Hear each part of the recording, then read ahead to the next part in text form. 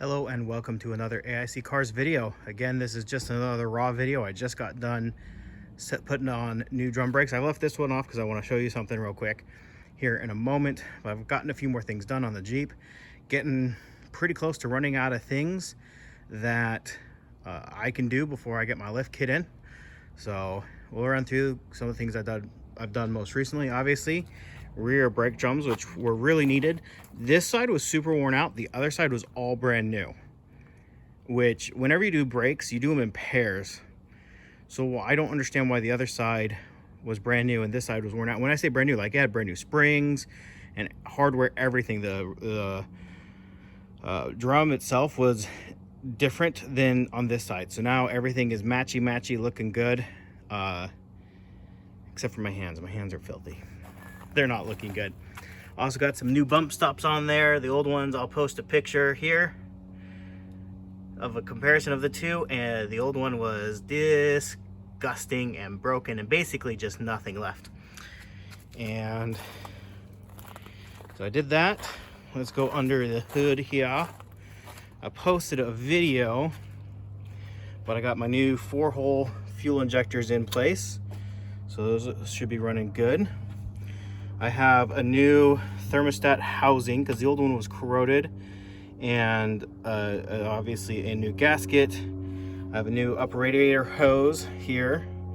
I'm going to replace this hose because it's leaking here, I'm pretty sure, because the top of this is wet. Even when it's not running or anything, it's got moisture there. And it has a new gasket, so I'm pretty sure it's not the gasket. I had to get new hardware. I had to run to 2 different hardware stores to find the right stuff because this top one was over torqued and stretched, and it was actually really hard to get out.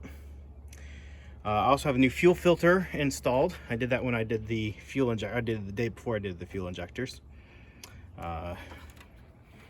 Here's my brake fluid. Look at that. That is just, I think this is some of the worst brake fluid I've ever had. So I'm not going to swap the brake fluid yet because I have to replace the rear brake line when I do my lift kit. And obviously I'm going to lose some fluid then. And so I'm going to be, snap that on, doing the brake fluid after I do that. Then I ran into another problem. I did put new headlights on. See, new headlights, nice and clear versus the cloudy ones. I put on some new off-road lights. These are super handy. I need to re-aim them. Super handy, like when I go camping, whatnot, to help me set up the tent in the dark, because I inevitably end up setting up the tent in the dark.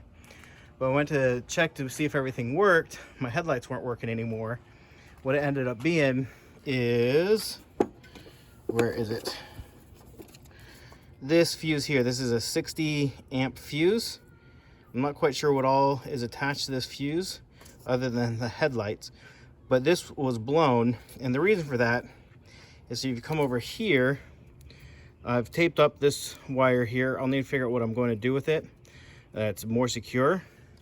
But I have this under hood light that is attached here to turn on under the hood. When you open the hood, it doesn't work. It's not plugged in. The wire for that was broken and just sitting here, and it was shorting out on the chassis. And that wire is attached to this box down here, which this is attached to, and it was shorting it out. So this is like my 3rd or 4th fuse. Every time I put one in and hook the battery back up, it would just go pop.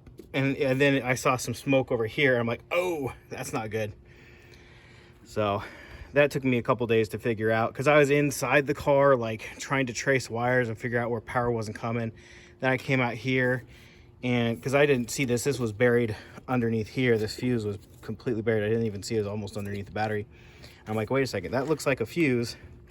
The reason why I have the tape on the top is there's 2 little metal contacts on here.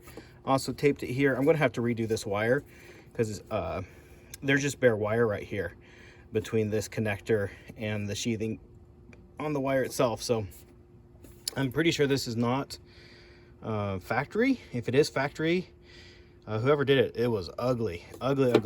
Still is ugly. And so I'm going to need to figure out something to do with that. But yeah, one of the fuses I popped because the metal of this touched I think this bolt. Like I set it down and it went poof, and blew the fuse. And these are like $5 a piece. They're not cheap fuses. So yeah, getting pretty low.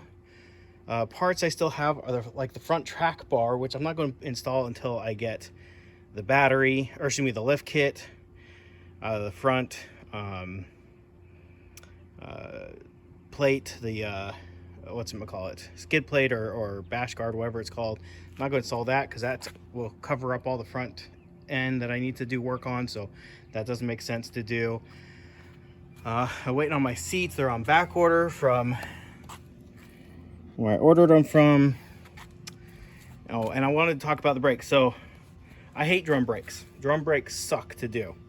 But I saw a tip on YouTube of another guy doing the brakes. And what he did is, you see these pieces down here? He assembled these with the shoes off the whole assembly. Sorry, my camera's at a terrible angle. So he assembled these together at the bottom and then spread them apart and pulled them up and over and then attached these springs. And I've never done it that way before. Maybe that's the way you're supposed to do it, but oh my goodness, it was so much easier doing that than trying to assemble all of these springs on the hub. Normally I just I put these springs through first and then try to assemble it all right here, these springs and everything, and this first, then put it on and then do the top, and it was like a fraction of the time getting it all together. So I'm glad I saw that video, so I thought I'd mention that. You can see just how bad my rear springs are. They're not flat, they're actually bowed up like this back here. So looking forward to when my lift kit shows up and we can get this on the road. We're getting so close. I can taste it. All I need are my chairs and my lift kit. Really, that's what I need, is my chairs and my lift kit, and I will be driving this puppy. Obviously I need to like do the rear main seal, oil pan gasket, that's all leaking, so you know there's more work to do, but it'll all be done kind of at the same time after I get my lift kit. So anywho, if you have any questions, thoughts, comments, leave those down in the comment section down below. This video is not monetized, so I have some support links in the video description. And please subscribe, and thank you for watching. Hope you have an amazing day.